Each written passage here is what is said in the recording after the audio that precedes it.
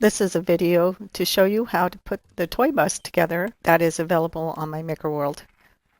So you're going to need the tires, the axles, and the bus body.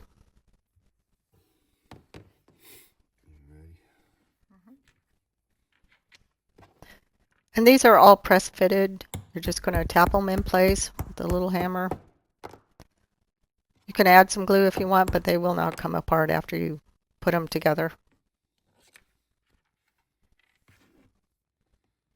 So just put one side in and then stick it in the body and then tap the other side.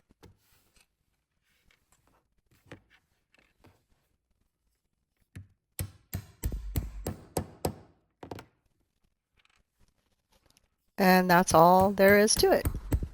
You can download the model on Makerworld.